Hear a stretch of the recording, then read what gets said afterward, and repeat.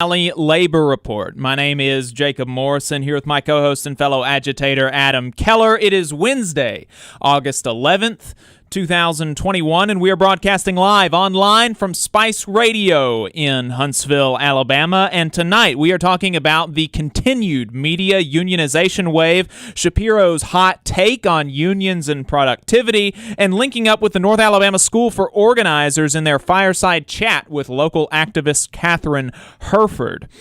So if you want to see what we're up to throughout the week when we're not doing these midweek streams, you ought to follow us on social media. We are on Facebook at Facebook.com/The Valley Labor Report. We are on Twitter at Labor Reporters. I'm on Twitter at JacobM_AL. If you missed part of the show and want to go back and watch it later, you can search YouTube for The Valley Labor Report and subscribe to our channel. You can go back and watch the full show there, and we upload segments and release them throughout the week. We do upload the program on more than 11 different podcasting apps. So to see if we are on your listening platform of choice, you can go to thevalleylaborreport.transistor.fm/subscribe. We have a website now where you can buy our hats and stickers. That is thevalleylaborreport.org, and we have one hat left. We had somebody buy a hat last week, and we've got one left. So if you want it, you better go get it. Thevalleylaborreport.org. That is $35, including shipping and handling. And finally,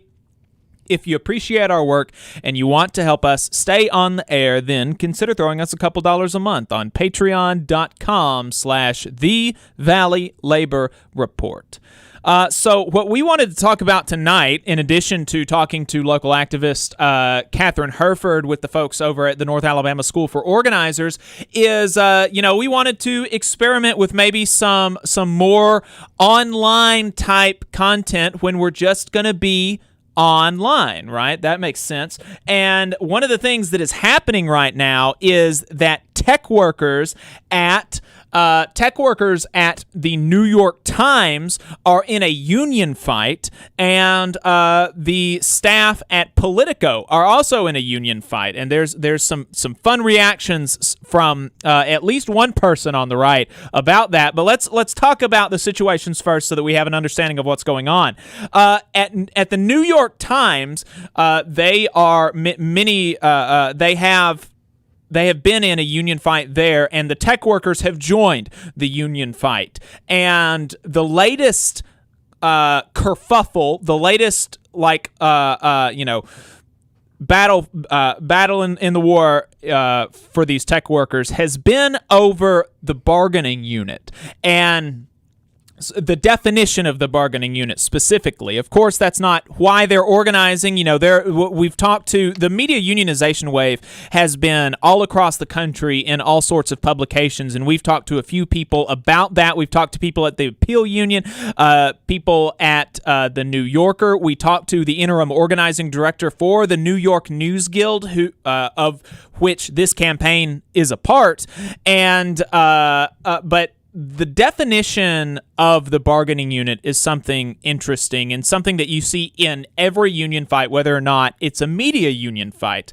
And in fact, it is something that we saw here in here in Alabama at the Amazon fight. Initially, the union was only petitioning to represent the 1,500 full-time employees at the Amazon facility. They have lots. They have, in fact, thousands of seasonal workers and part-time workers that it, in some ways, just doesn't really make sense for them to be a part of the union. And so in the same way that politicians want to gerrymander districts to make it so that it benefits them, the politicians want to pick their voters instead of the voters picking their politicians. The bosses want to pick the bargaining units instead of the bargaining units themselves organizing on their own and deciding how they want their bargaining unit defined.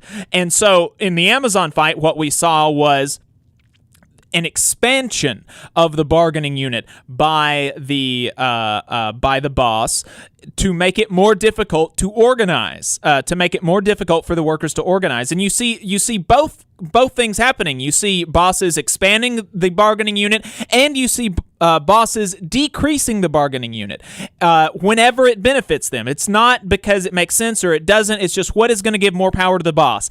In Bessemer, Alabama, it gave more power to the boss to expand the bargaining unit to make the union less likely. At the New York Times, what's happening is the boss is decreasing the bargaining unit because they know that the union will win. The New York News Guild has not lost an election in years. The bargaining unit that has been proposed by the workers they already have 70% of the bargaining unit signing a public pledge to support the union, okay? This union is going to win. So in order to give more power to themselves as the boss, the New York Times is artificially decreasing the bargaining unit, and their proposed bargaining unit is a third less than what the employees themselves believe makes sense. And so, why would you do that? Why would you want to decrease the size of the bargaining unit? That's because if you know the union is going to win, the election is going to go through, and there's going to be a union at the end of it, you want it as small as possible because the less workers that you have bargaining against you, the less leverage they have. It's obvious that's the reason that collective bargaining works, is because the more you have collectively coming together, the more power you have. The reason that it made sense down in Bessemer for them to expand it is because the expansion made the union less likely to win, right? Does that make sense, Adam? I think I'm making sense. I don't know. Yes, you're making sense. Okay. I just sometimes I wanted to make sure that I was making sense. I rambled for a little bit. So that's what the latest dust up in the union battle at the New York Times is about. And over that, which the employees there actually contend is illegal union busting on the part of the New York Times, they staged a half-a-day walkout today, which is just, that is really, really cool. And so they walked off the job for half a day, asserting their right to a union, asserting their right to self-organization free of coercion and intimidation and gerrymandering by the boss. And, more power to them, solidarity with them. I hope they're able to get the bargaining unit that they believe that they deserve, or they believe makes the most sense. And this is actually, yet again, here's another reason that the PRO Act is so important, because the PRO Act would take the boss totally out of bargaining unit definition, because unions are really, at their base, they are supposed to be worker self-organization. What the boss says doesn't matter. Now, what the boss says matters when it comes to contract negotiations, when it comes to what are they willing or not willing to give up. But when it comes to how are we going to actually define the bargaining unit, it shouldn't matter what the boss says. The workers should be able to self-organize however they see fit. And currently the law gives the boss way too much power in that process, and the PRO Act would take that away. That's another reason that it's so important for the PRO Act to pass, is because it would make battles like this. It would be one more thing that the workers don't have to worry about. There's just so many of these media unionization stories, and Politico is another one of them that they have organized to form a union there at Politico. And Axios reported on the ostensible reasons why these workers are seeking to unionize, and I'm a bit skeptical at their reporting, because their reporting makes it out like, and I don't doubt that this has some part to do with it, but their reporting makes it out like the main reason that these workers are organizing is over editorial decisions that have been made by Politico, namely the guest writing of Politico's Insider Playbook or whatever by Ben Shapiro last year. Axios is reporting by two people. Now let's also remember who they're getting this reporting from. It was by two people who are not in favor of the union effort. That does make a difference. Yeah, right. It depends on it. It makes a difference who you're getting your reporting from. The reporting that Axios put out was not from pro-union employees, which is not to say that anti-union employees are always always bad actors or whatever. Sometimes they're just misinformed.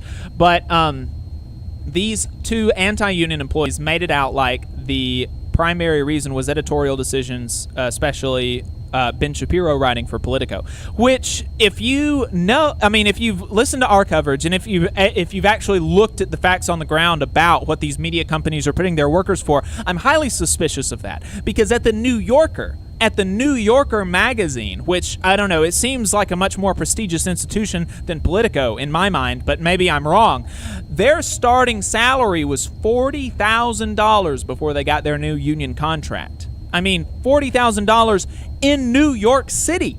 I mean, that's insane. So I am very, very reluctant to believe that the only reason Politico staffers are unionizing is because of editorial decisions. But they should have a say over editorial decisions too, because they're the ones doing the work. So they should have a say over who they platform. You know, I mean, it should be a collective. It should be a democratic decision, not just the person at the top who owns Politico by virtue of having come into wealth. Right? The people who actually do the work should have some democratic say over what goes in to the thing that they produce. I think that's reasonable.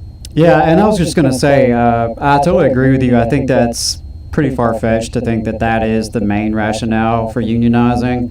But I do hope that it does improve the editorial aspect to not just Politico, but New York Times and all these other media organizations. That's one of the exciting things about it, is maybe by these journalists and other media workers getting some worker power, that, you know, may increase their coverage of worker issues, maybe even their sympathy to worker issues. Absolutely. One would hope so. And so the reason that I said that about, or one of the reasons that I said that about Ben Shapiro is because him being made aware of this Axios reporting led to a pretty hot take about what unions do to businesses. So Adam, if you could play that for us. Sure. Hold on 1 second. Let's get this goofball queued up here. All right. An update on. So, yesterday, Axios reported that Politico's newsroom is now attempting to unionize with the News Guild. Okay, so this means that Politico's staff apparently are now joining, like, the New York Times and a bunch of other left-wing publications in attempting to unionize, which is usually really bad for business. Okay, usually it means that you are artificially increasing the labor rate. It means that you are artificially increasing the benefits. It means that you're costing the company more money, which generally tends to remove from the bottom line and crimp growth, right? This is why so many private sector unions have basically dismantled at this point. All right, yeah, that's all we need to hear. So, Adam, if you said that you could vamp on that for a bit, well, I mean, what are some of your initial thoughts? I've got some stuff queued up here, but what are your initial thoughts? Well, hearing that? You know, the thing that stood out to me is artificial. What the hell makes it artificial? Right. You know, workers negotiating with management for a fair contract, that seems about as real as you can get. What's artificial is someone, by virtue of their wealth, you know, owns the company and can just dictate at will. So, that's just asinine to even use the word artificial. That makes no sense to me. Yeah, what stuck out to me, there were a couple of things. The crimping, he mentioned that it decreases productivity, decreases efficiency, crimps growth. And so, there's a few things there. So, one, embedded in that, unions are bad because they decrease productivity. So there's an assumption there that productivity is kind of uber alles, right? That productivity is one of the first and foremost things that companies should be striving for. And I think that's an assumption that we should complicate. You know, if it makes a business a bit less productive, if it makes it a bit less efficient to for workers to be able to have safe conditions, for them to be able to make enough money to feed their family, then I'm fine with that, right? I have absolutely no problem. Productivity for a company is not my first concern. My first concern is for the workers and their families and their communities. So I think that's an assumption that we should that we should think critically about. But the assertion, his factual statement, does not make sense either, because if you actually, he said, he builds on that implicit assumption by saying outright that unions hurt productivity, that unions hurt efficiency, and they crimp growth. And I mean, that's just on an anecdotal level. And then I have more on top of that. But on an anecdotal level, David was part of the show for a very long time, and he still helps us out in the background sometimes. He works at ULA, and they have a 100% launch success rate. ULA does. That is a 100% union manufactured in Alabama rocket ship. Okay, and I mean that they have a 100% success rate. SpaceX doesn't have that. Blue Origin doesn't have that. This is and those are both non-union enterprises. But ULA, a union enterprise, has a 100% launch success rate. And so, and one thing that they will point to is the UAW and the Big Three, and how Toyotas are better cars than the Big Three automakers. And I'm not a car guy, but let's say for the sake of argument that that's true, that Toyota is a better car than a Ford. I'm willing to accept that. It's not the workers the workers, unfortunately, at Ford do not own the means of production unless something's happened since I last checked. Has it, Adam?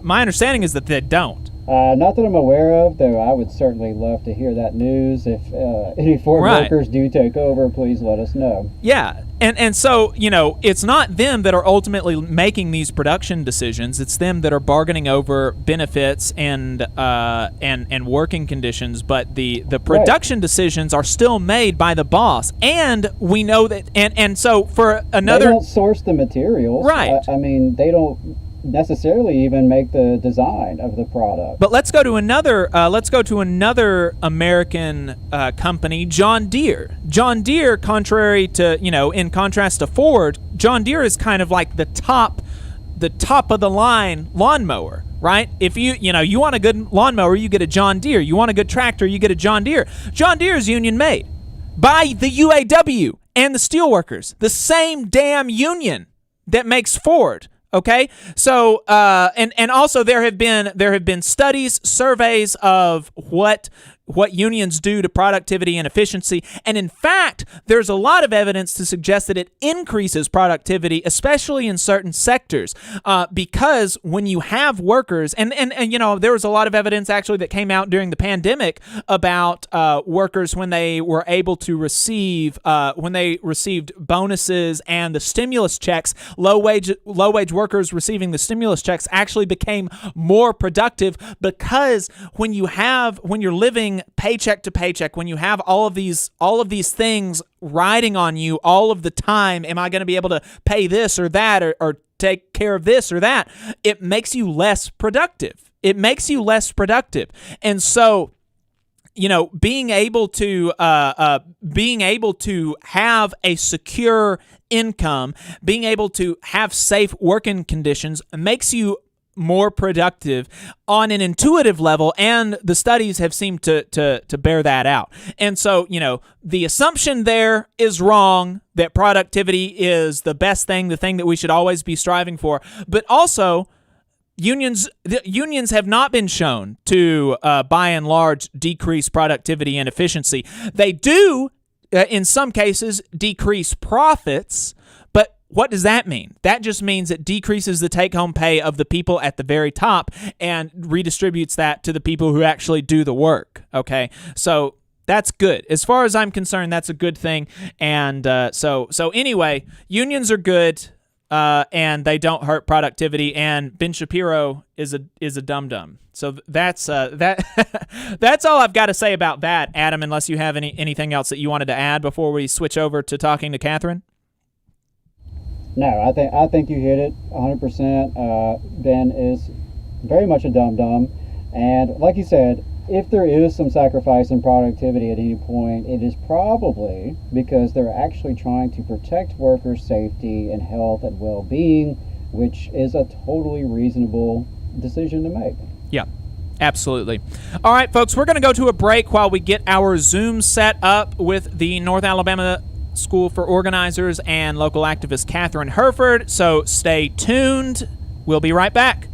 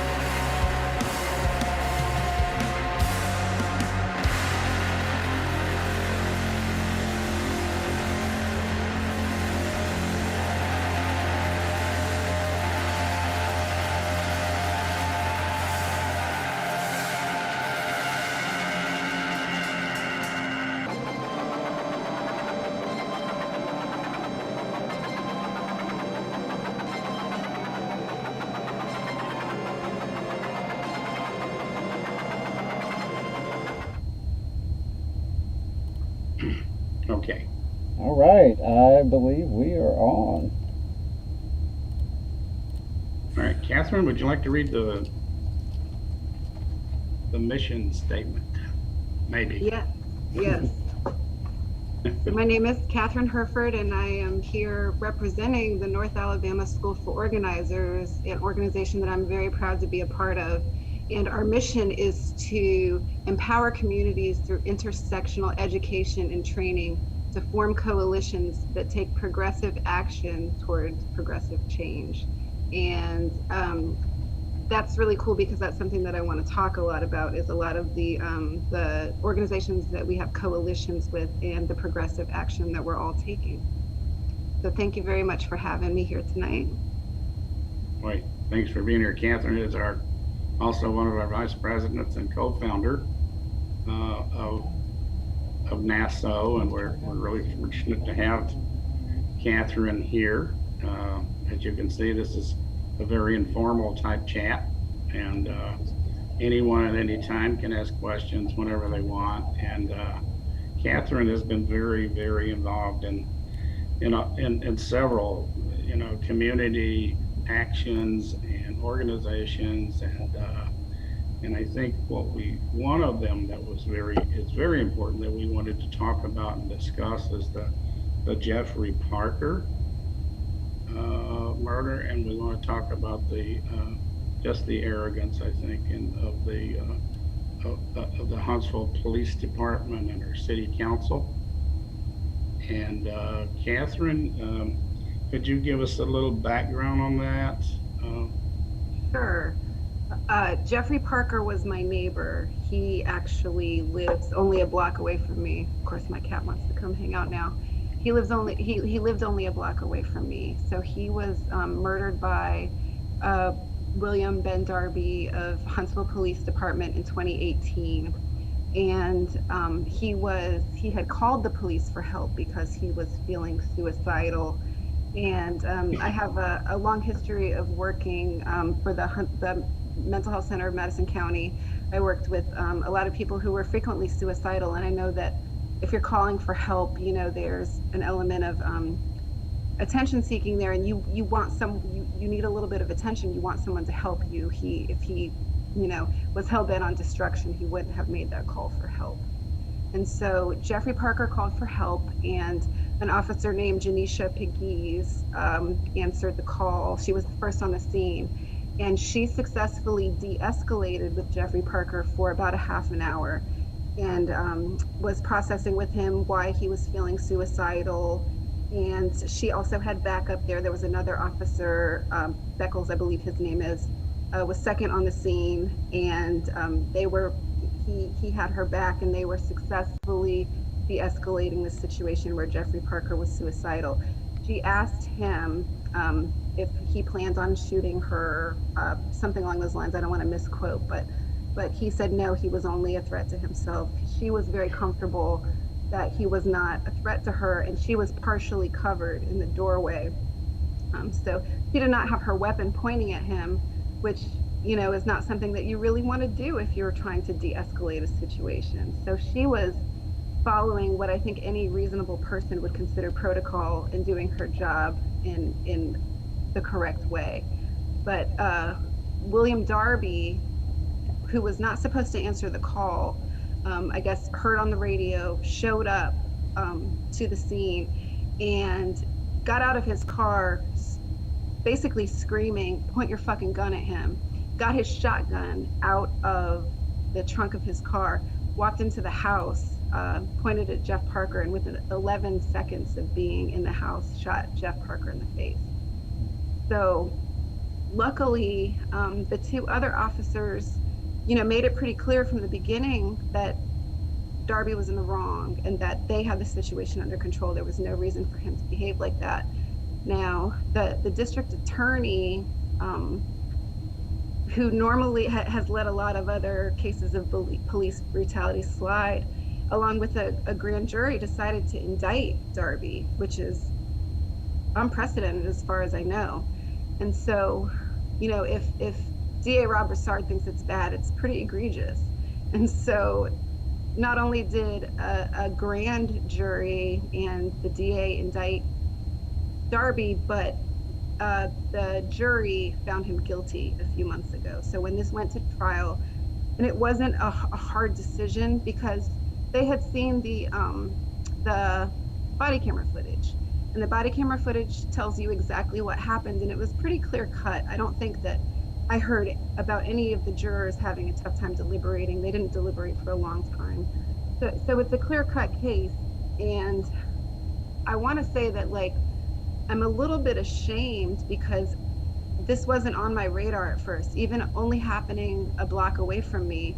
I heard about it. I knew that it happened, but the police and the media do a great job of making it seem like nothing to see here. This man was in the wrong and we shot him because we had to. He was a threat to us, which was not the case at all. And I wouldn't have known, even in spite of really good reporting at the time by Ashley Reemkes.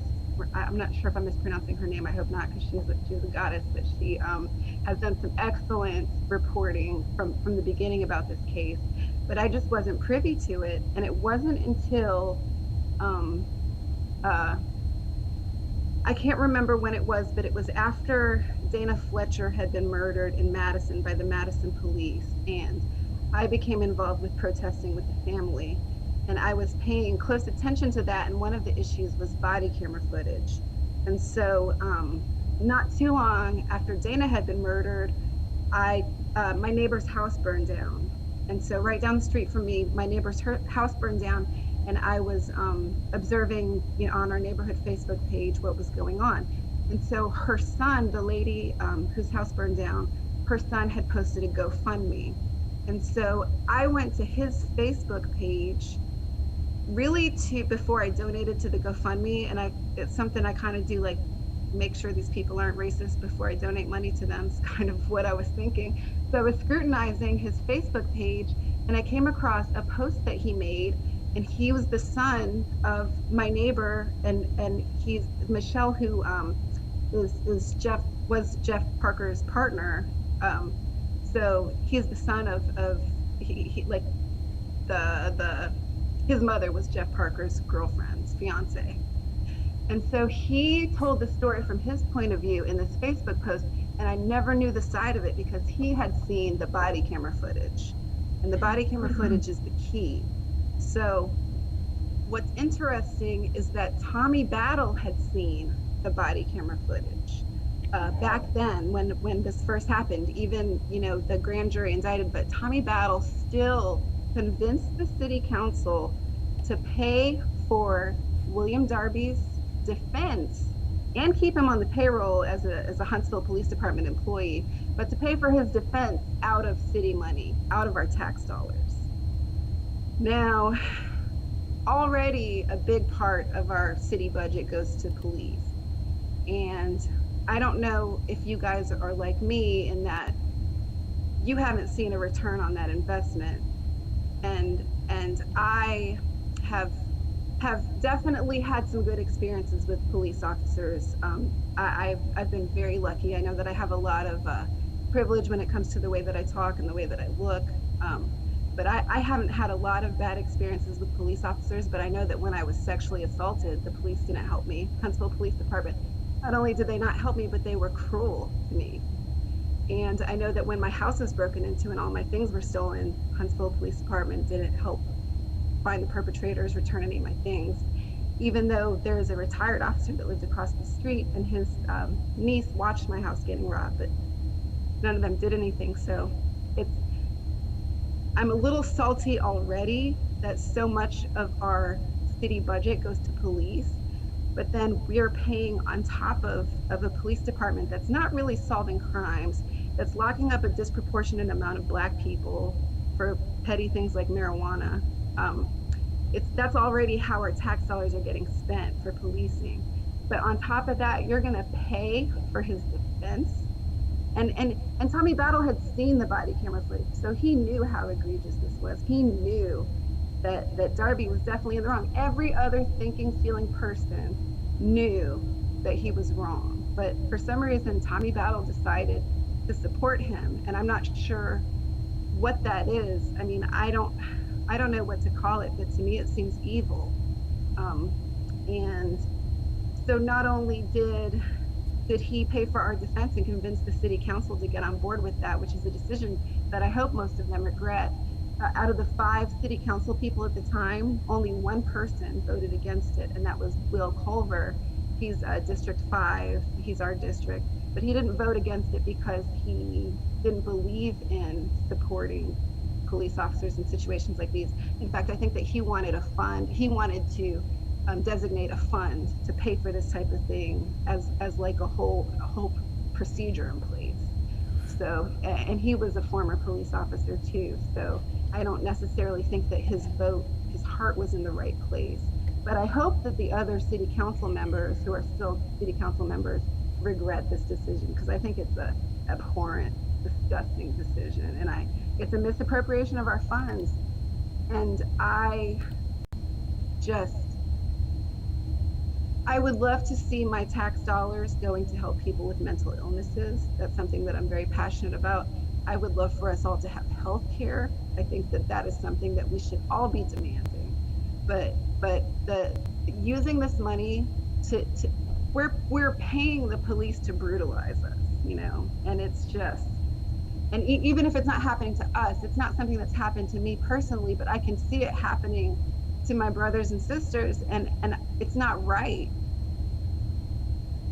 So that was a long explanation of what happens. I'm not sure if I left anything out that needs to be addressed. Oh, so after Darby was found guilty, our police chief and our mayor doubled and tripled down in support for him. And I can't, it's just disgusting to me, because it's disrespectful to Jeffrey Parker's memory, to his family. It's disrespectful to Janisha Pegues and Officer Beckles, who I believe they both left the police department, by the way. So, when they say that there are no good cops, we had 2 that seemed pretty good, but of course they got ran off by being thrown under the bus, by being sent to remedial training. They acted like she was the one who didn't act within protocol, that she was somehow acting against training, but she was covered. William Darby pushed her inside where she wasn't covered anymore in order to shoot Jeff Parker. So, that cannot be protocol, even though Tommy Battle and Chief McMurray swear that what he did was justified. If that's what our protocol calls for, it needs to change immediately. That's ridiculous. Running into somebody's house screaming and shooting them in the face with a shotgun should never be anything that is we can't pretend that's okay. And we have got to change the culture. Like, this is where we're starting from right now. If the people in charge think that this is the way we should be policed, a million things need to change. Yeah. Well, I have a theory about why, Tommy and the fascist police chief, want to cover this thing up, is because, first of all, they're racist. Secondly, they're fascist. And thirdly, you've seen this over and over. I saw it in Chicago and other cities, that they want to cover up these types of murders because, and especially here in Huntsville, because they're all about getting business into Huntsville. They're all about getting people in, and showing people how great this city is, how peaceful this city is. And something like that, certainly I would think would cause some of these businesses or industry or whatever to question, this motive. And so they want to cover those things up. And it just appears to me that they have no, respect for life, They have certainly no respect for people of color.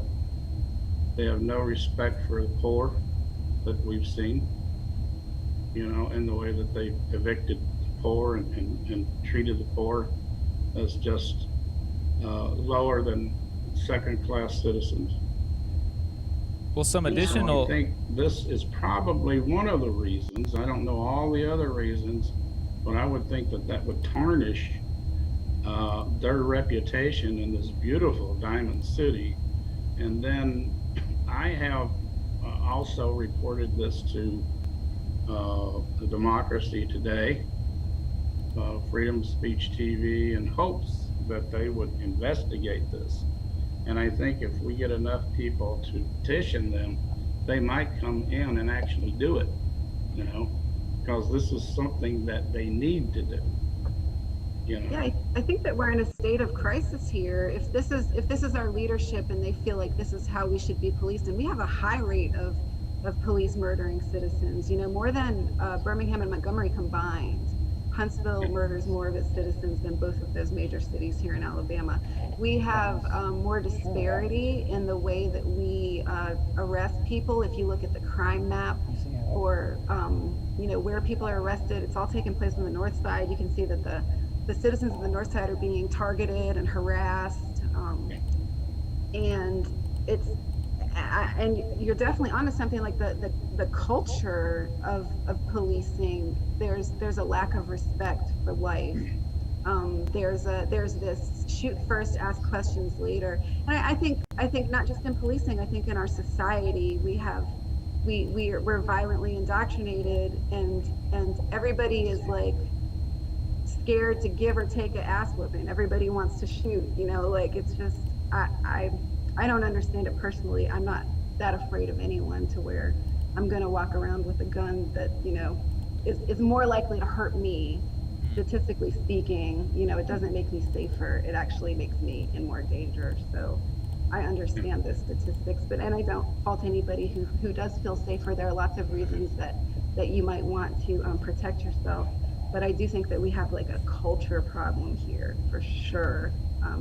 But amplified in policing because they believe that you owe them deference and respect, and any slight that they perceive, puts you in danger. Any miscommunication puts you in danger. There's these split-second moments that they have to make decisions, and it's often, a deadly decision, especially here in Huntsville. It seems to happen, I could, and I will, name a lot of the cases I want to talk about.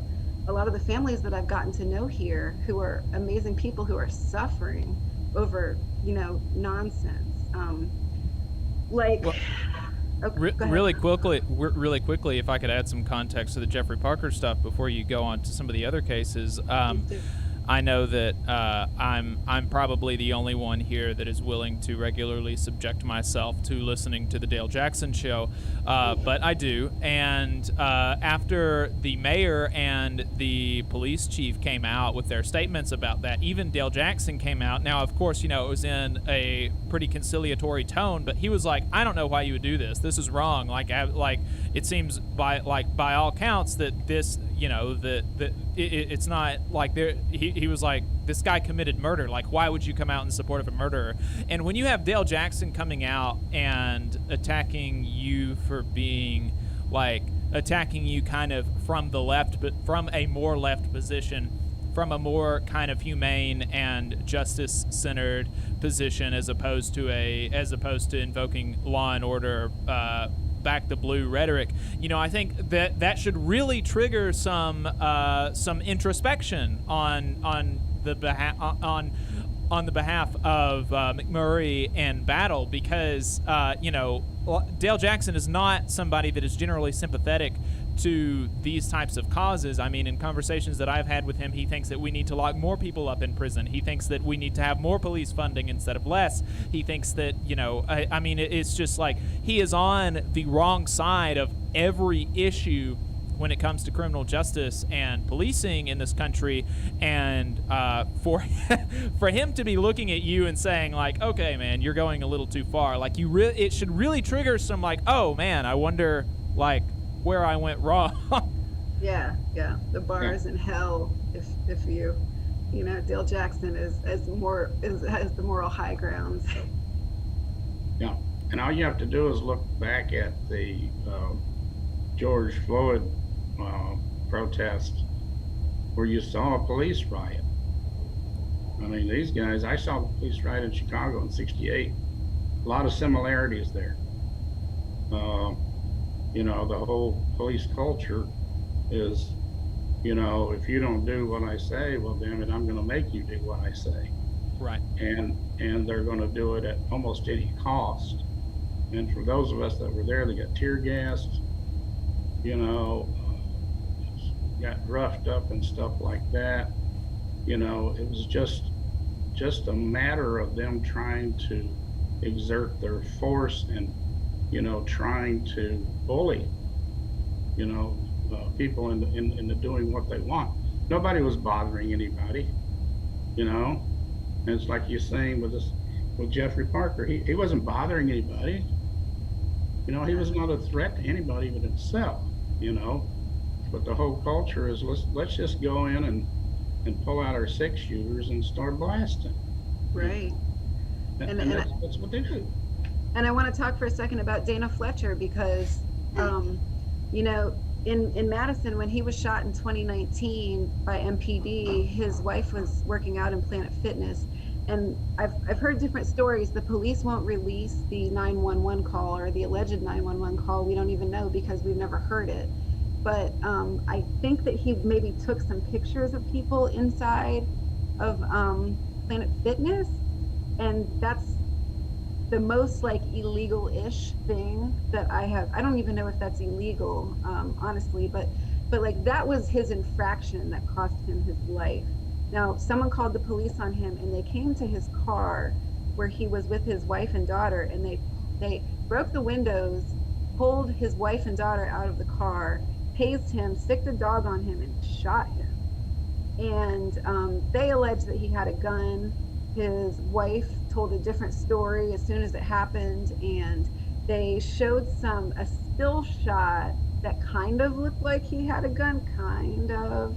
And again, you know, the police and the media can do a good job of making it seem like nothing happened, nothing to see here, this person was in the wrong and more or less deserved to die. But there is a vast overreaction if you're sending 5 officers for someone taking a picture in a Planet Fitness. You know, they're already messing up, and they can't even admit that mistakes were made. The Madison Police Department wanted to reward those officers who were involved with this ceremony until the public found out about it, and then they retracted that, and they probably still rewarded them some way that we don't know about. But it's a lot like the situation in Huntsville. If you can't even admit that mistakes are made, mistakes were made there and that things need to be differently, then how are we ever going to make progress towards a more peaceful society? I mean, this is uncivilized. This is not, it's certainly not what Jesus taught if you're into that type of thing. Like, it's not the way that we should be treating other human beings, and it's certainly not the way that we should be treating citizens who are paying to be protected and served. You know, and so in Madison, they can't even admit there's a problem with the Dana Fletcher case. They won't show the body camera footage. And this is why we have to get some body camera laws on the books. In a lot of states, there are no laws. A lot of places have spent a lot of money on these body cameras that really the footage is just the property of the police department. And what's the point of that? Mm-hmm. You know, they can use it to protect them, but we're not able to see the footage to protect us or to, you know, and all that's on the footage is the truth. Every American, every citizen should be able to get behind the truth. People that are obscuring the truth, withholding the truth, those are the dirty bastards, you know. Like, if there's truth and transparency, and I wish we could all agree that those things are good. You know, there's accountability and justice, and we should want those things as Americans. But we allow our government to prevent us from actually having those things while pretending that we're so free. And it's, how free is it? Alberto Rivas, who was shot by Huntsville police at his home, he was asleep. His wife was asleep. She rolled over on her phone, accidentally called 911.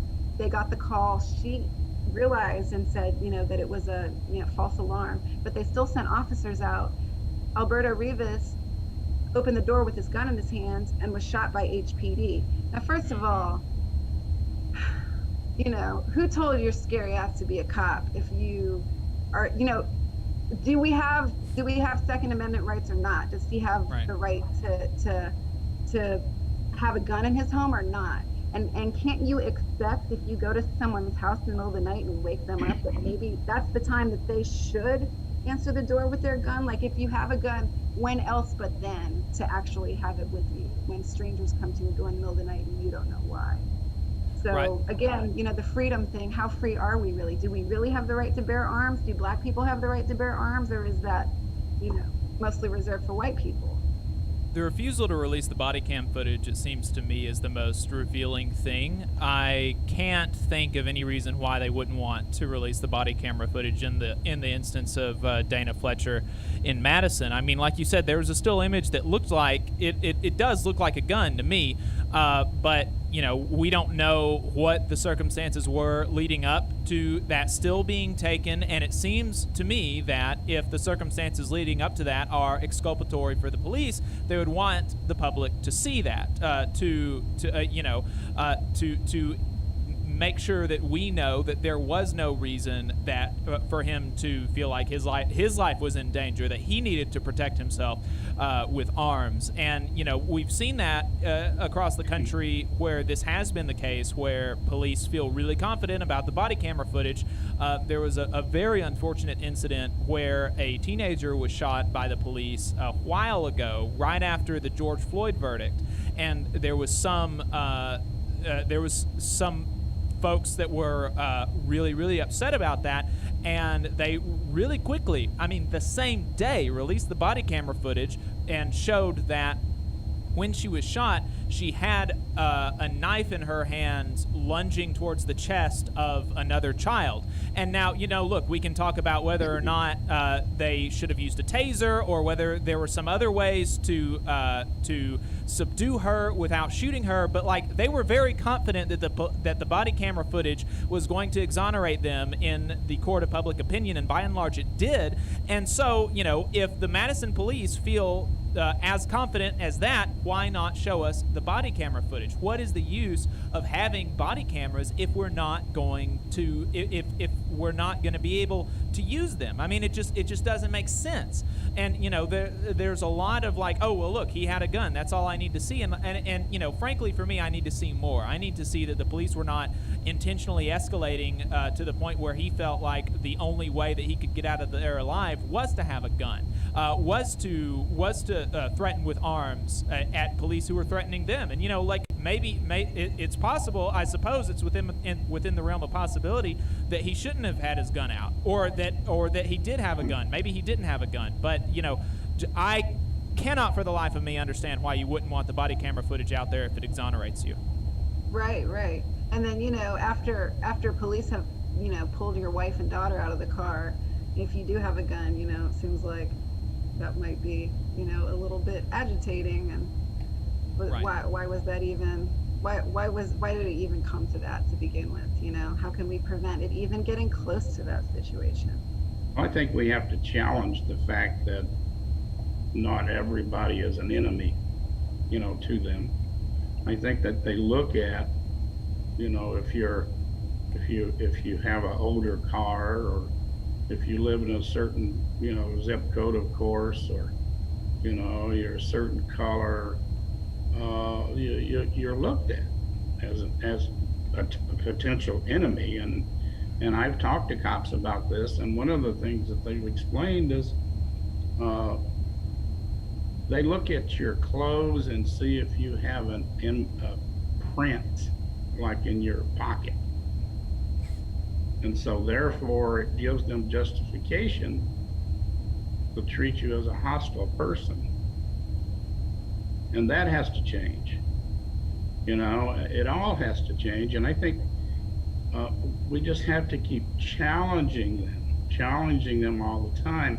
And if there's any way that we can, what we were talking about before, they're all, the city council and city government is all about image, and as long as they can keep talking about how we are bad people, nothing's going to change until we get enough people together and talk about them as being bad people, and the press is not going to do it.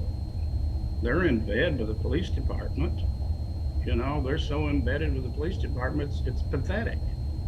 When they want information, where do they go? To the cops, and I just think that somehow, we have to do what we're doing here, to try to get this information out. But it has to do with image. I think it all has to do with the image of this city, as this being a perfect city. And I think that we have to start, we can't stop attacking, these people that run this city. And I think that once you get, once you get enough people together, I think it can make some kind of a change, or at least that's what I'm hoping. I think so, and I really think that change is inevitable. It can't continue this way. You can see the vestiges of slavery all over Huntsville. You can still see the same attitudes that would have allowed some people to own other people. They've been carried down, and they still exist. There's still plenty of there's still slavery. I mean, we lock people up here in Alabama. I think we have the 5th highest prison rate in the world, because America has the highest prison rates of anywhere, but we're the 5th, and we're either the 5th or 6th, and then we're either 5th or 6th in poverty too. So I saw a presentation a couple years ago done by Alabama Appleseed, and they said something that really struck me. It's like, is that because Alabamians are inherently lazy or criminal minded? Do we have all these people in prison deservedly because we're bad people who like being poor and don't like to work and want to do crimes, or is it because of policies that were put in place to actually, keep people down? To criminalize poverty is a huge thing here. You can get locked up for just not being able to pay certain fines, and it's this snowballing effect that can really ruin your life. And it's amazing how we can't make any we've made a little bit of progress, I guess, in our marijuana laws, but that's one of the huge ways that we're perpetuating slavery here. We're locking people up for that, and it's this big business here. And I wish that the people in Alabama that are making money off of the prison industrial complex could get creative and make money off of legal weed instead, and stop locking people up for it. That's my dream. I don't know. I think we'll be the last state that actually does that. But you don't actually have to keep getting richer off of enslaving people. You can, find other ways, please. Yeah, there are. It was an Alabama Appleseed report. Perhaps it was even the same one that I read that showed that black folks in Huntsville are 11 times more likely to be arrested for marijuana possession than white folks in Huntsville. And study after study has shown that white folks and black folks smoke marijuana at roughly the same rate. Certainly, there's not an 11-fold difference between usage of marijuana between white folks and black folks. I mean, it just does not make sense. And I've been told, I have been assured by my betters that, we don't actually lock up people in prison for a simple marijuana possession anymore. And it's like, let's even stipulate that. I mean, we do. There are people in prison for marijuana in Alabama. Granted, it's not as many as it used to be, and it certainly isn't a very large portion of the population, of the prison population, but let's stipulate that. Let's say that we don't keep anybody in jail for long periods of time because of marijuana. Even just an arrest being on your record, even if you don't spend jail time, even if you just get a probation on your record, that in and of itself is going to create lots of hurdles for you to go through that you have to overcome that other people do not have to, simply for possession of marijuana. I mean, the onerousness, the fines, the court fees that you have to pay is ridiculous, and that is something that ensures recidivism rates stay high in the state of Alabama and stay high all across the country. I mean, it just does not make sense to have marijuana be something that you could even be fined for, much less arrested and much less put in jail for. Catherine, if you don't Yeah, mind. it serves several purposes for the powers that be, because it prevents a lot of people from voting, and luckily those laws are starting to change in some states, or they're trying to, but it's a very real thing. I mean, since the beginning of the end of slavery, since Reconstruction, trying to prevent certain groups from voting, and it's still happening in all different kinds of ways, and definitely mass incarceration, especially when it's targeted certain groups of people, it's preventing voting, and we do that in so many ways. And there's like that issue is something I think we definitely have to tackle. Gerrymandering and voter suppression is a very, very real problem that's keeping us here in Alabama. It's keeping us so that we're the sixth poorest state, and it's keeping us so that we can't expand Medicaid and take care of our people. And it's causing all these people to not have their best interests acted on. We have this centralization of power in Montgomery, and it's to our detriment. It's not for the good of most Alabamians. It's for the good of a very select few. Can I jump in for just a second here? There were some very powerful things that I think y'all just shared, and Catherine, I'm sorry if I stole your thunder on this, but I know you and I and many others here on this call have been involved with Tennessee Valley Progressive Alliance, and it was years ago when we brought up the marijuana disparity in arrest, and we were largely ignored and dismissed. They didn't want to address that issue to the extent that they even addressed it. It was basically to say that, oh, well, that's really out of our jurisdiction. We can't change marijuana law at the local level. But, okay, you're doing the arrest at a local level. So, I mean, I think that's bizarre to go that route. And a few other things that really resonated with me, the poverty is a criminalized status in this state and in this country, and something we've discussed on our show is that this absolutely is a labor issue and a working class issue, because it's working class people, particularly black and brown working class people, that are targeted by this incarceration and police violence. Jeff Bezos doesn't have to worry about the police harassing him at his house and his neighborhood. And this Jeffrey Parker case, Dana Fletcher's case, the protest response, those all, to me, are constitutional questions. We have a lot of people around here who love to tout the Constitution. Right now, they're screaming about their liberty to not wear a mask. And, by our Constitution, we're supposed to have due process. Where was Dana Fletcher's due process? Where was Jeffrey Parker's due process? You're supposed to be innocent until proven guilty, but yet, apparently, our police forces have the authority to execute American citizens arbitrarily without any due process. And that's what they're defending. The very folks who love the Constitution and love law and order, that's what they are defending. And, something you said that I really liked is, conversations like this tonight is a big piece of getting the information to folks, to educate folks, and to build the kind of solidarity that we need to stick together, because, these folks are clearly not just powerful, they feel unaccountable. They feel like they can get away with this. The balls on these people to say what they said after the conviction of William Darby. It's one thing to do it before the conviction, but to go after a jury has convicted this man and to still defend it and to still say this is what we expected of him. This is our training. We train people to do things that are going to get them convicted. The audacity, I think, was pretty shocking.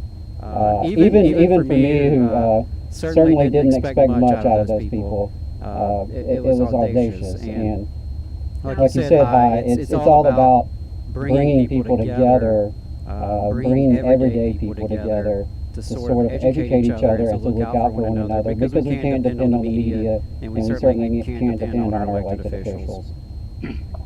Right. And good point. Every extrajudicial killing, if that's the right word, is murder, because they didn't get due process. If there's no due process, then that's murder.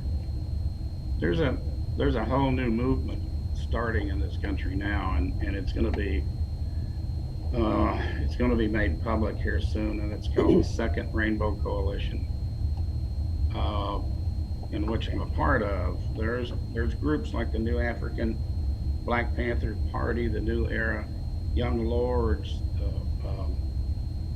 American Indian Movement, the White Panthers,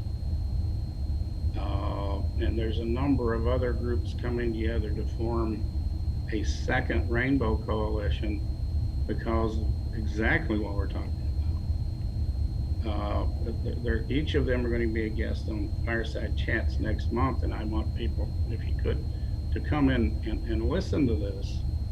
But this kind of stuff is happening all over the country. Every one of these organizations are witnessing the police doing the same thing in their community. And I think unless we get together, be it under, a banner, it doesn't have to be something this radical, which it is, the Rainbow Coalition, could be under Tennessee Valley Progressive, it could be under anything. But we need to get together under something, because I am seeing, and what I'm seeing in Huntsville is just too many people that do chalk talk. They'll talk about it. It's like chalk. It rains and it goes away. And they don't really get together they're not held together on any issues. So I think what we're doing, even here tonight with the Valley Labor Report and trying to form these kinds of coalitions, that's the only way we're going to protect ourselves. We're vulnerable. I mean, they can come and get us anytime.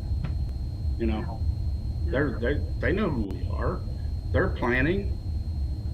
We need to plan. They're always planning. And so that's my hope, that we can do something like that.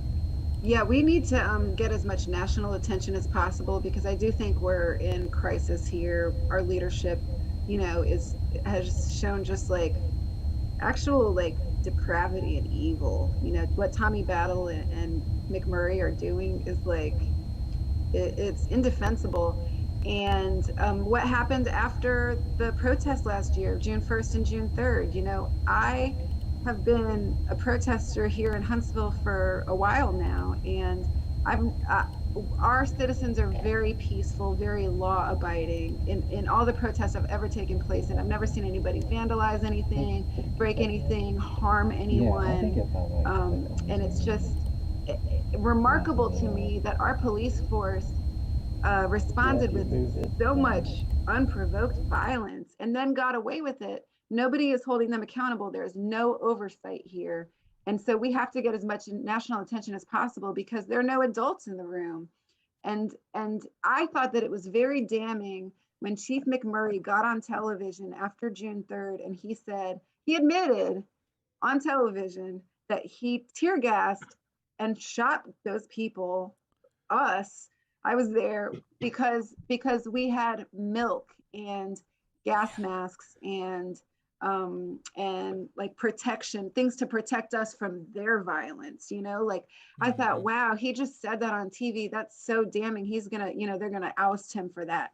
nobody cared. Nobody, like you can't do that. You can't shoot a bunch of people because they have protective gear on. That seems insane, but we bought them all those toys with tax dollars, and they have the ammo, and they have the snipers, and of course, I feel like when you have all that stuff, you kind of wish somebody would. And when else are you going to get the opportunity to use that type of crowd control, those violent tactics? If not then, I think they were just, excited to be able to use their toys. And I am really disappointed that there hasn't been any backlash to that, and that McMurray was able to admit that he did that for the most ridiculous reasons, and no one has held him accountable. I think what he did was criminal. I think what Tommy Battle is doing is very negligent and evil. I'll say it again. I mean, I used to have more faith in our leadership, and I used to believe that thing that we like to tell ourselves here in Huntsville, that it's kind of a progressive city and it's not like the rest of Alabama. But we're really on some Jim Crow shit here in a lot of ways. And, our mayor is a prime example, like just really maintaining this good old boy status quo and not allowing us to make any progress, not even admitting that we need to make some progress, not even admitting that there's room for improvement. And I get, a little downhearted when I think about like how far we have to go. But I try to, put a positive spin on it, and that we just have a lot of room for improvement here. And so because we have so much room for improvement, we've seen a lot of organizations pop up that are doing a lot of good here, and that helps like fortify me a little bit. And I just want to talk real quick about some of those. I'm not sure how much time we have, but I want to mention some of the organizations that are doing good. And I want to start with the Crystal Ragland Memorial Fund. Crystal Ragland was an Iraq combat veteran who was murdered by HPD. And of course, the eyewitness stories don't match what the police said happened. And her family is grieving and trying to fight for justice. But what they want more than anything is to make sure that she is, that she didn't die in vain, and that something good comes out of it. So they want to help someone with a scholarship. And her sister Brandy has done a lot of work. She works with the Boys and Girls Club, and wants to help someone with a scholarship so that some good can come out of what happened to Crystal. So that's the organization, the Crystal Ragland Memorial Fund. They're starting a 501c3, and look for them doing a lot of good here, just to try to help mitigate some of the damage that's being done by our city government. And the Dana Fletcher Foundation is doing amazing work. They actually have started working with victims and helping with healing, like actual good for the soul type of events like hiking and yoga and things that these people who have suffered trauma really desperately need. And they've joined a coalition, and now they get together and they help each other deal with all the grief and make a path forward, and how they can make things better. And that's an amazing organization that I hope everyone can support. And still protesting for Dana Fletcher, still on Sundays having four corners and passing out flyers. That's always something that you can do if you want to get involved. And speaking of trauma, the Inner Defense Initiative is a local organization, and they are helping trauma victims through what is it called? I had to write it down because I knew biopsychology. So they serve victims of trauma through biopsychology, and they're doing a research project that's 100% anonymous. And I want to plug them because you can just go to their website and request a kit, and they'll send it to you. And it's almost like taking a home COVID test, that you like prick your finger and send some blood, and they actually study your metrics to figure out how trauma has affected you. And it doesn't have to just be, I think that most of us have suffered some trauma, but even if you haven't, they need you to participate too, because they need a control group as well. So I hope that everybody, will take a little bit of time to help them, because I think that that's really good work. And we all, I think, are suffering mentally, and all of us are only one tragedy away from being mentally ill. If we're not already, if we don't suffer from some kind of mental illness, we have a definite sickness in the culture, and something is happening right now with COVID and the political climate. And I think that a lot of people are depressed, a lot of people are anxious. But on top of that, you can suffer some type of tragedy and just be completely lost and broken mentally. So I really want to help shore up mental health services here. It's something I'm really, really passionate about. I worked for a long time at the mental health center, and it was what I felt like was truly my calling. What's sad is that you can't make any money in mental health unless you can have a master's degree or a doctorate, and then maybe. But as with just a bachelor's degree, it was pretty hard to support myself and my son. So I ended up getting sucked into the black hole that is Huntsville defense jobs. But I would like to get back into mental health. I would like to help try to implement programs where first responders. I responded all the time to crisis calls with my clients, and I did it without weapons. And it's just such a better environment for everybody. It's safer for everybody. If someone can help people who are in a mental health crisis, who's not some aggro dude with a gun with his hand on the trigger, like that's not what we need. We need actual coping skills. We need therapy. We need mental health services for our people, and not armed officers.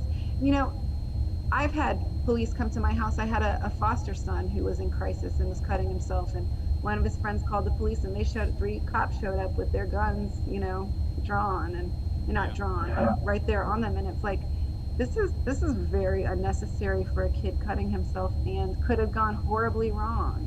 Could have been me or my son, or either of my sons. Something could have gone terribly wrong. I just would really like to see the response to mental health crises handled differently. So that's something I hope that we can all work towards. But back to the organizations that are doing a lot of good, I think that CCJR is doing amazing work here. The way that they're putting the pressure on city council is beautiful, and I think that they're one of the organizations who is actually bringing about some real change here, and I'm so happy to see it. I'm so thankful for you guys and everything that you're doing. And Tennessee Valley Progressive Alliance, of course, had a big win getting that monument down, but there's way more that we want to do. There's a new organization called Rocket City Civil Rights, and they're focusing on preserving history, because of course here in Alabama, the state archives, they just came out and admitted that they have been purposely omitting Black history and propping up Confederate history. So that's what we have a lot of. So there's a real effort that needs to be made to actually preserve the history here, because we have rich cultural history in Huntsville that needs to be celebrated, and it's been mostly hidden. And so not only do we want to learn, we want to learn about what happened, but we want to learn from their methods. How did they peacefully bring about change here in Huntsville? How did they bring about desegregation? And we're still segregated in a lot of ways. There's a lawsuit called Hereford versus the Board of Education that started in, I think, '63, still ongoing, because we have never desegregated Huntsville schools to the satisfaction of the to the Department of Justice. So it's not necessarily something that is unique to Huntsville, because most of America is segregated. Redlining had a lot to do with that, and there's still a lot of lasting effects from that. But we are under scrutiny because of this lawsuit, and we still haven't been able to do it. We still haven't been able to desegregate our schools, in 2021. So there is real tangible inequality. There are lots of metrics that you can see, just like marijuana arrests here. There, just traffic violations, petty infractions like that. You can see where those types of tickets are being handed out, and the type of people that they're targeting with that type of policing. You can see the Department of Justice has done studies on children of color being punished more harshly in schools. There's a big disparity in just the resources of the schools between the north side and the south side. So I'm kind of getting off the subject. I just want to mention a few more organizations, and then I'll take some questions. Underground Protest is a great protest organization here, and they come with a little bit of spicy civil disobedience, and I love it. I'm here for it. And if you want to support them, the best way to support them is Huntsville Bail Fund, because Huntsville Bail Fund has their back. And Huntsville Bail Fund is doing amazing work. Tahira's really killing it right now. She's got lots of big things in the works, and so you'll see them making a lot of noise, or see us making a lot of noise, because I'm happy to be on the board of Huntsville Bail Fund. Of course, Valley Labor Report, I want to hear more about what you guys are doing, and I'm very excited about collaborating with you guys. And who else do we have?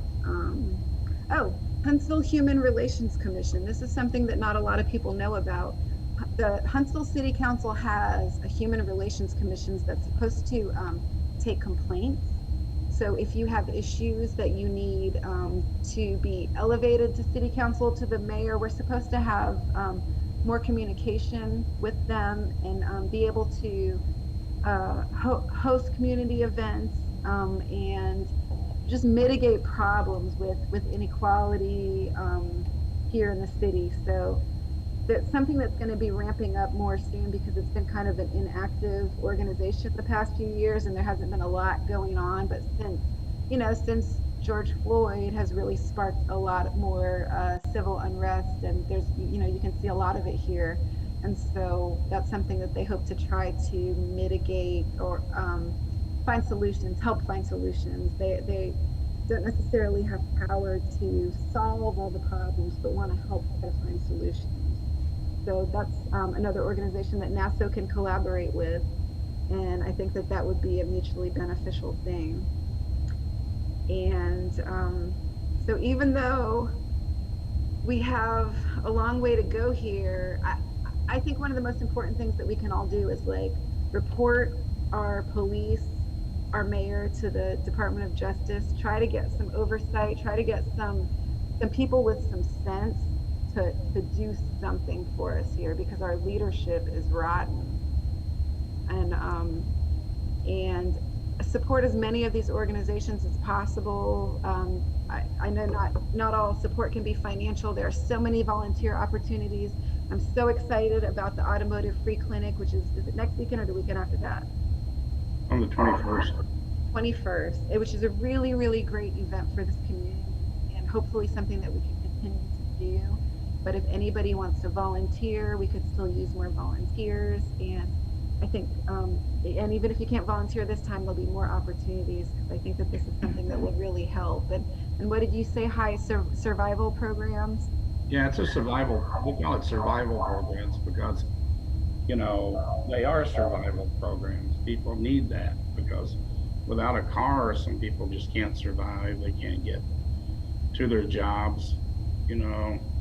They can't get to their jobs. They lose their apartment.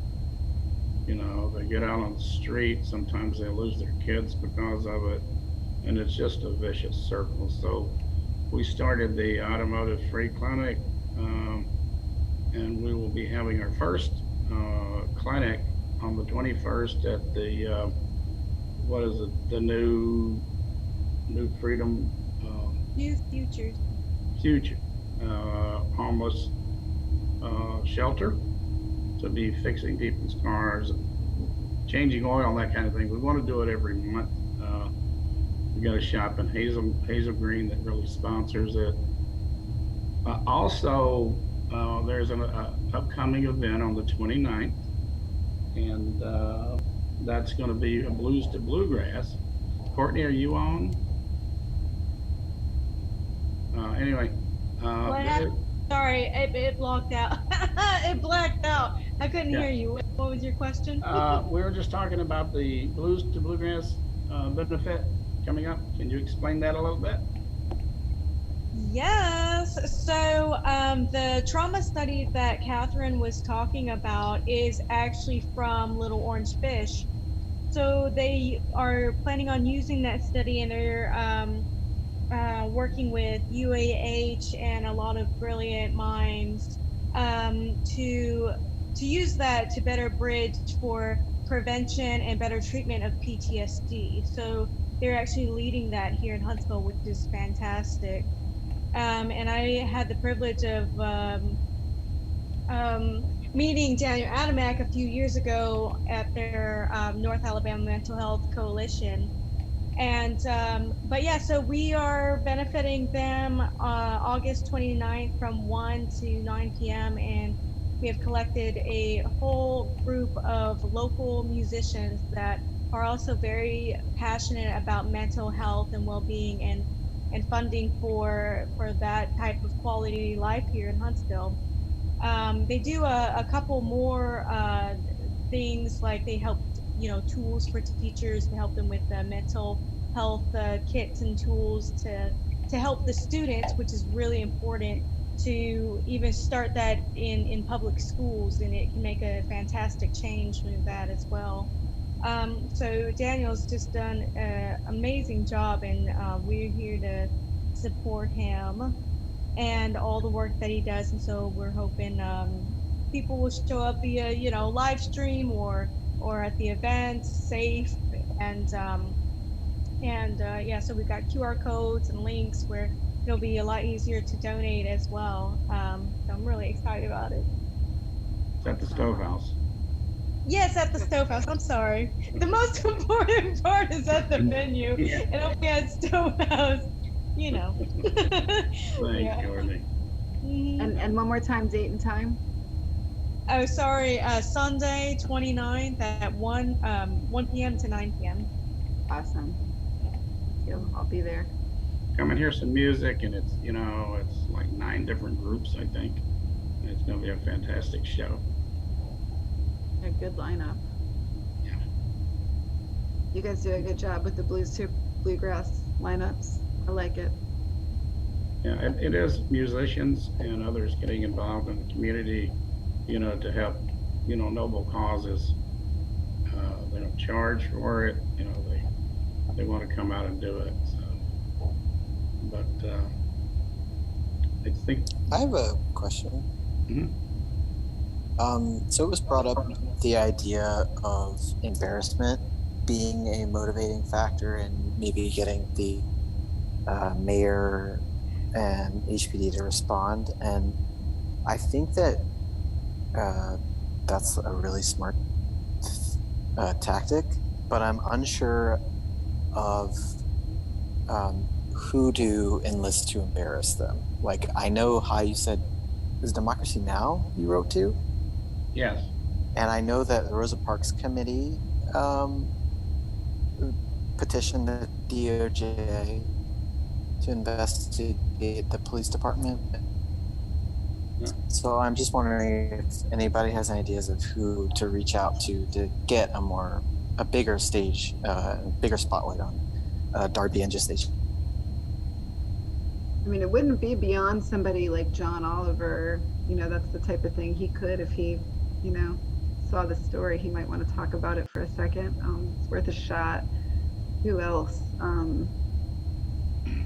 Yeah, Catherine, what I would suggest is if we could get enough people together to just maybe sign a petition, a recommendation that something be done here, and send it in, send it to Democracy Now! Or John Oliver. I think the numbers speak for themselves. There's a number of different ways that you can embarrass a person if they are involved in, chamber, or if they're involved in Rotary or whatever. We used to just go right into those meetings and embarrass them. We'd also go right into their church and embarrass them in front of their fellow Christians. I like that. And Now there have been some. We went to protests at Tommy's church Yeah. as well. Yeah. Yep. I love that. And that, they don't like that at all. They don't like being embarrassed and called out in front of their peers. Even though their peers know what the hell they're doing, but that also maybe sparks a little bit of news media too. You never know. If somebody was interested in picking this up, it might make it more likely for people with larger platforms to pick up the story and make them want to cover it.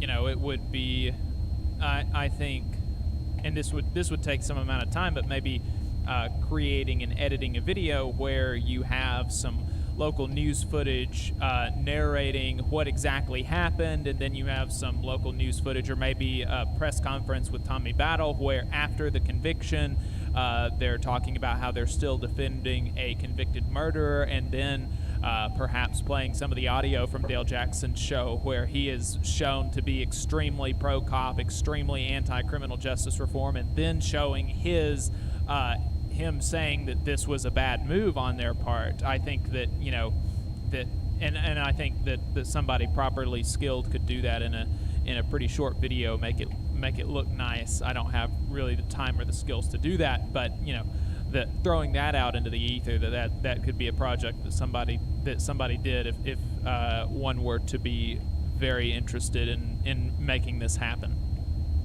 I like that. I would volunteer my video editing skills if I could get some help compiling some of those audio clips and video clips. I can edit a video pretty quickly. Yeah, Eli, Also, I can send what I have. I'll email you whatever I have, and we try to get a collection started. that would be great. Also, Valley Labor Report, guys.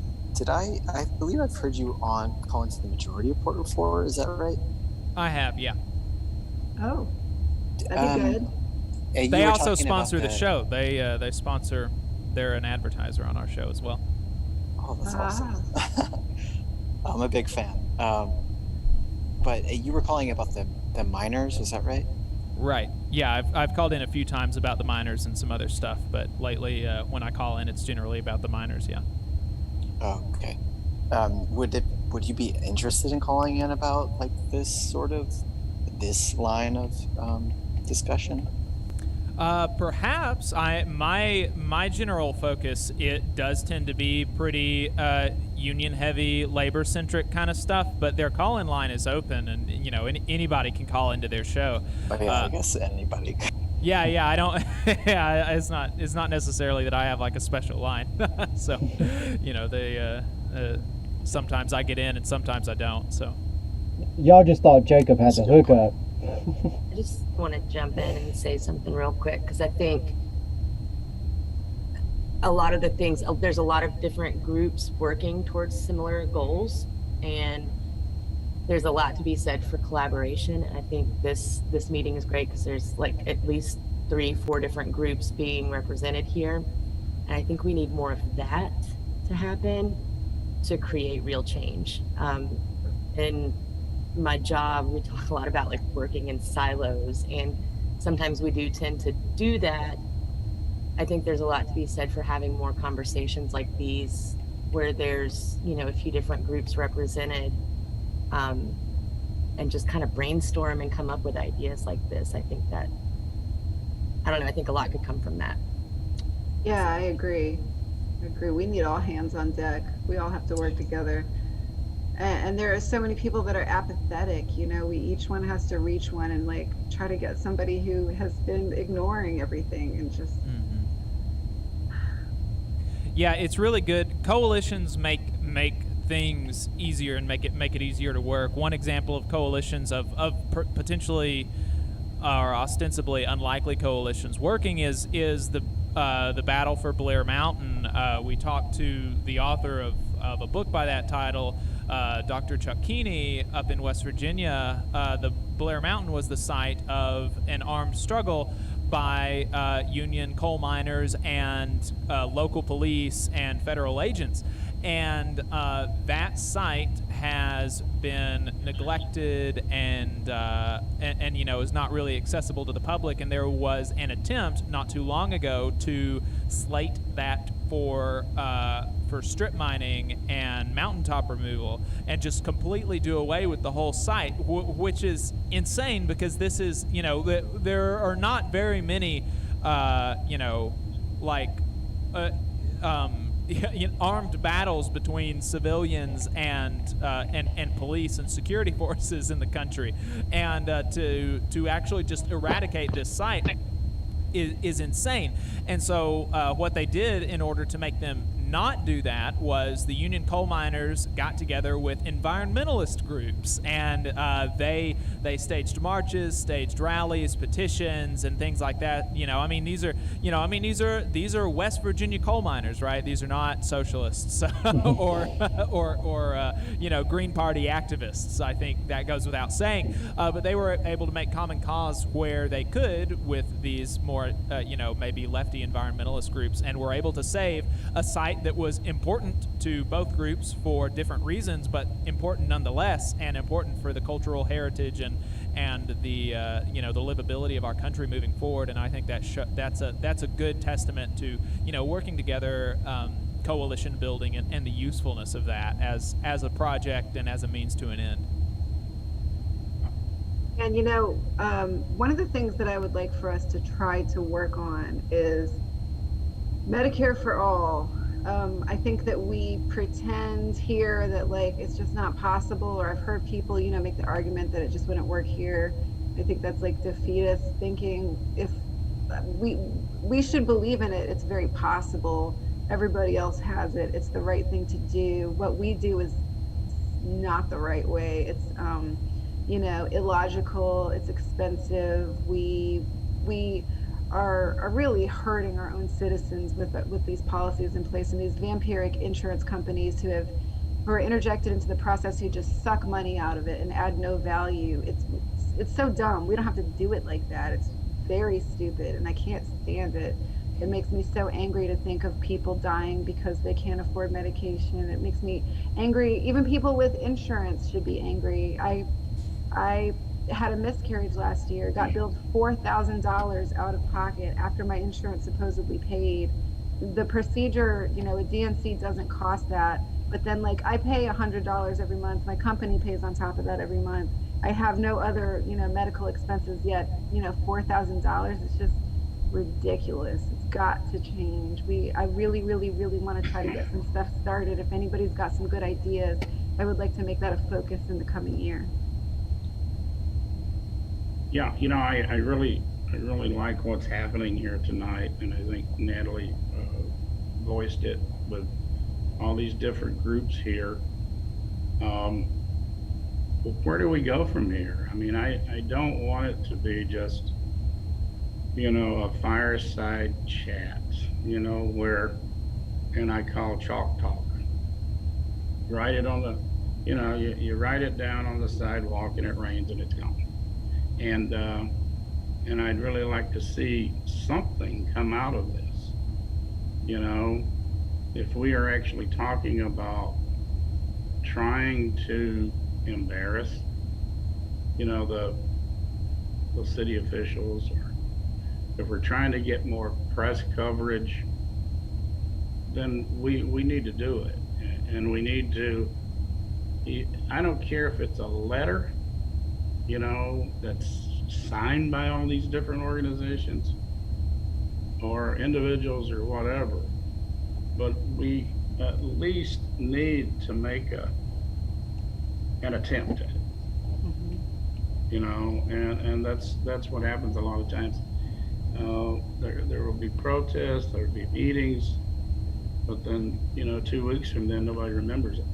And I really think that if people want to try to get together again, anyone here, we can get together and talk about it. If nothing comes out of it, that's fine, but at least we can make an attempt to do it. And that would be my proposal, and to bring some other people in. Is it going to be, could we do a petition? Could we do, and they're talking about the video, which is excellent, but we need.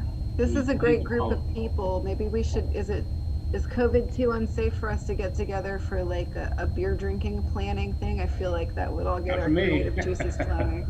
Yeah, I know. I would be down with it. I'm a party activist. Yeah. Outside, it would be safe, Outside, yeah. There's plenty of places we can go sit outside. I would really like that, honestly. So. Are there any, this is Renus, by the way, are there any low-hanging fruit? Is there anything that we can tackle within a short range of time? Because I think in a lot of cases, this issue is so big. Sorry for the background. The issue is so big and it's so systemic that it's we all see it. We all see all of these different issues. But as far as like the low hanging, it's like is there any low hanging fruit? Like is the embarrassment, is that something that we can kind of turn the corner on and pivot on and put to bed or at least complete? Because I know there's just so much when it comes to this line of work for us. There's so many systems that need our attention. And I also feel like from the CCJR perspective, because we have to continue having these conversations, like we can't, I don't know, Angela, you can speak up if you want to for that. Like, I don't know about an embarrassment campaign. Maybe, I don't know. Because we're still trying to have conversations, but we've been having conversations for over a year. So it's now maybe it is time for that. I don't know. Maybe I like sorry, the go ahead. demonstration. Oh, sorry. You go. I just want to say I liked the demonstration a couple of weeks ago. Several of the families of people who were slain by HPD and MPD got together, went to the city council meetings and raised a ruckus. And the best part was Bill, the poet who always talks at city council meetings. He finished his poem, and then in the end he said, "Say their names," and all the families stood up and started shouting their people's names. It was a little bit chaotic, but Bill immediately put his legal observer hat on, which I thought was hilarious, because it's like, I feel like that should be the international symbol of when it's about to go down, is when Bill puts his legal observer hat on. And that at least, so I feel like in different forms disrupting city council to where that just gets old, like different people have to do it, and go cause a ruckus, to bring the ruckus to city council, get kicked out. That's what happens when they ban public comment from city council, because they're already trying to do that. They've already pushed public comments to the very end of the meetings. And I want to say, I think that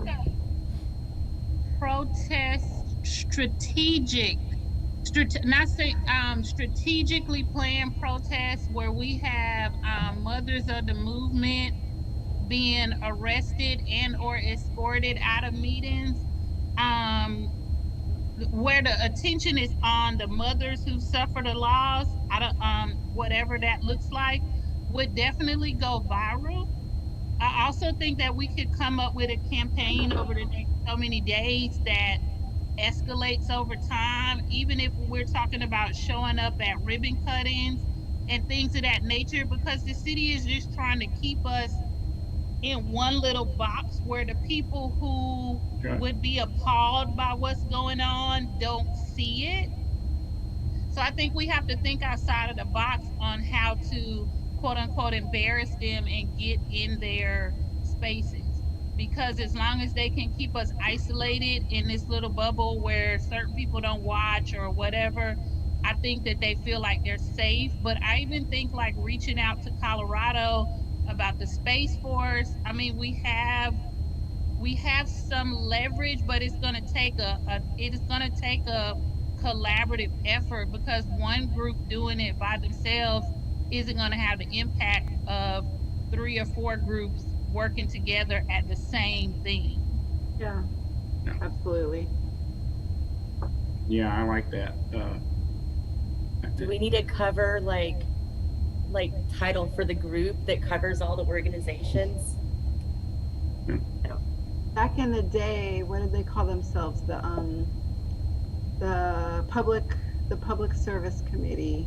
My grandfather and like John Cashin and all of them had the public service committee, and they strategized and they came up with the boycotts, and I think what it's going to be is like financial. I think that's the only way it's hard to affect change without hurting somebody's pockets, and it's really hard to figure out whose pockets to hurt. It's like, I want to like not support places like Campus 805 and Stovehouse, because I know that those are like Tommy Battle's sweetheart deals, and it's his friends making all the money, but you know, those are fun places to go too. So knowing who to hurt economically, is Even something we need like to figure out. delaying construction and things of that nature, because we know that they make the money on the development of the land. So by the time the actual brick and mortar comes, they've already made their money and off to the next deal. So even if, like, I mean, I've had so many ideas, they were talking about the budget meeting. There are three road paving companies.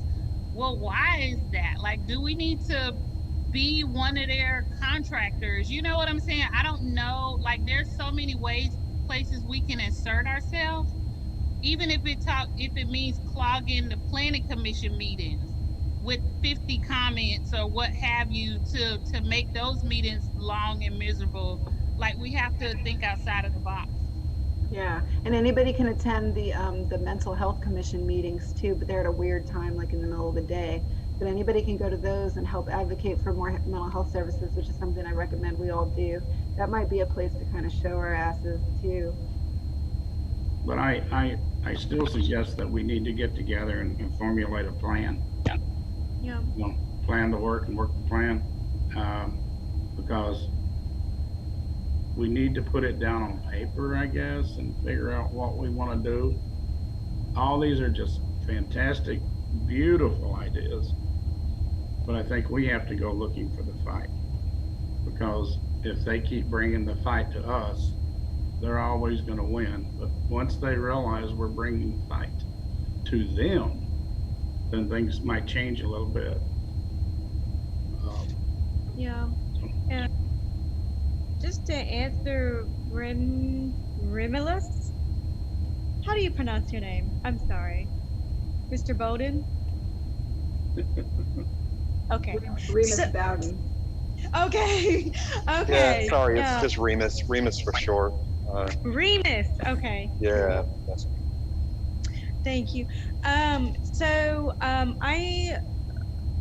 noticed that first of all, like my mental health was almost, I want to say, my biggest motivator, other than going through a lot of struggles in my life, but overcoming that with like taking care of myself and especially my mental health. I went from apathetic, not caring, piece of shit human being, like being a part of the problem, to, oh my gosh, like I'm looking at everything wrong, I'm doing everything wrong, because like I'm like slowly starting to heal up from my trauma and my past, right? And and then also, during those times it's easier to lie to yourself. And I think a lot of that we don't realize is what's also going on in other people's lives, where they don't care because of their trauma. And I'm just saying this from my experiences, but as a human condition, you know what I'm saying? And so, like, to change the narrative to like, okay, people want to talk out of fear instead of out of their own experiences. And so, like, they start absorbing the toxic talk and the on repeat, stuff that doesn't get down to the truth of the matter. And so, when you start talking about experiences with people and listening to their experiences, it changes the perspective. And I'm saying this from like just earlier today, I was talking to a guy who was on Ramble or Bumble or Ramble, I think it was. And they talk about, whatever, like one side talks about one thing, another side talks about other thing, different of opinions and stuff like that. But I think it's like it's a psychological thing at the same time, but also leading by example, you know what I'm saying, is a powerful thing. And I think that starts with our own inner healing and kind of leading the way through that. It's not a short it's not a short thing, but it's something we can do today, like, for each one of us, like, make sure that we're on a good path too, and to kind of lead people out of that bad like perspective, and to actually care about one another. And when something bad happens, you want to defeat that bad, not not be a part of it or defend the bad, like, you know what I'm saying? So Yeah. It's a little bit of a luxury to have the emotional bandwidth to even worry about other people's problems or things that aren't immediately affecting you when all kinds of bad things are affecting you. So I hear exactly what you're saying, and I think that does lead to a lot of apathy. You know, it's only so much you can deal with, and it gets overwhelming taking on the weight of the world. Yeah. And our mental health is so important, and I think we're all suffering right now. These are hard times. I've never seen so many people. I mean, I've never personally been so anxious. I always carried my stress in my spine. You know, I have a bad back and kind of prided myself on having a strong, you know, mental health, having strong mental health. But right now, like unmotivated, hard to concentrate, foggy brained, just not doing great. And I think that I'm not alone, and I you know, need some tribe. You need some community to help me through it. We all need each other. Hey, can I jump in real quick? Yeah, I still want to get back to the point of maybe getting together and putting together a statement of unity, maybe. Well, that's actually what I was going to say. Is if we're Well, going to perhaps if there's someone who, and there are probably groups who are not represented here today who would be interested in joining a coalition to make some progress on these issues, you know, specifically policing, racial justice. Yeah, I've got a whole list of, I know we have some people that are already collaborating with NASO, and then I've got this whole other list of organizations that would definitely work with us and support us, and we can cross promote. I've always wanted to make like a calendar of all the upcoming events in Huntsville and cross promote and have a NASO calendar, a TVPA calendar. It could be the same thing, you know, but different ways that people can get involved and be connected and keep actively working towards a better city, a better world. Don't want to plan an in-person outdoor event in a way, but like inviting a couple of people from each organization to kind of come and just talk it out and see what happens. Absolutely. Yeah. Let's brainstorm. You know? I think it's the only way it's going to get done. Hi. So, who wants to do this? Of course, that's the next issue is who wants to contact the other people? Do we get together as a small group and put together an outline first? Suggestions? Put together a letter?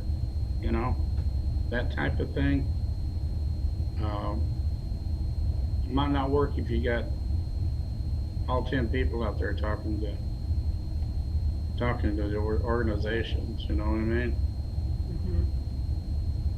Well, yeah, I would be down to get together. I think maybe we can all just, you know, work on ideas, you know, be thinking about ideas individually, and when we get together, you know, write some stuff down and kind of coalesce a little bit. Yeah. What kind of timeline y'all thinking? We're gonna go ahead and cut the stream while we start planning. But we've enjoyed this, and for y'all tuning in on YouTube, thanks for listening. And if you're interested in joining the the event that the School for Organizers is going to be planning, you know, follow them on social media, follow us on social media. We'll be sure to share that, whatever they come up with, and yeah, make sure that you support their work. I think that they're doing some really good stuff, and keep up with them and help them however you can. So thank y'all for letting us be a part. I appreciate it. Thank you. Thanks.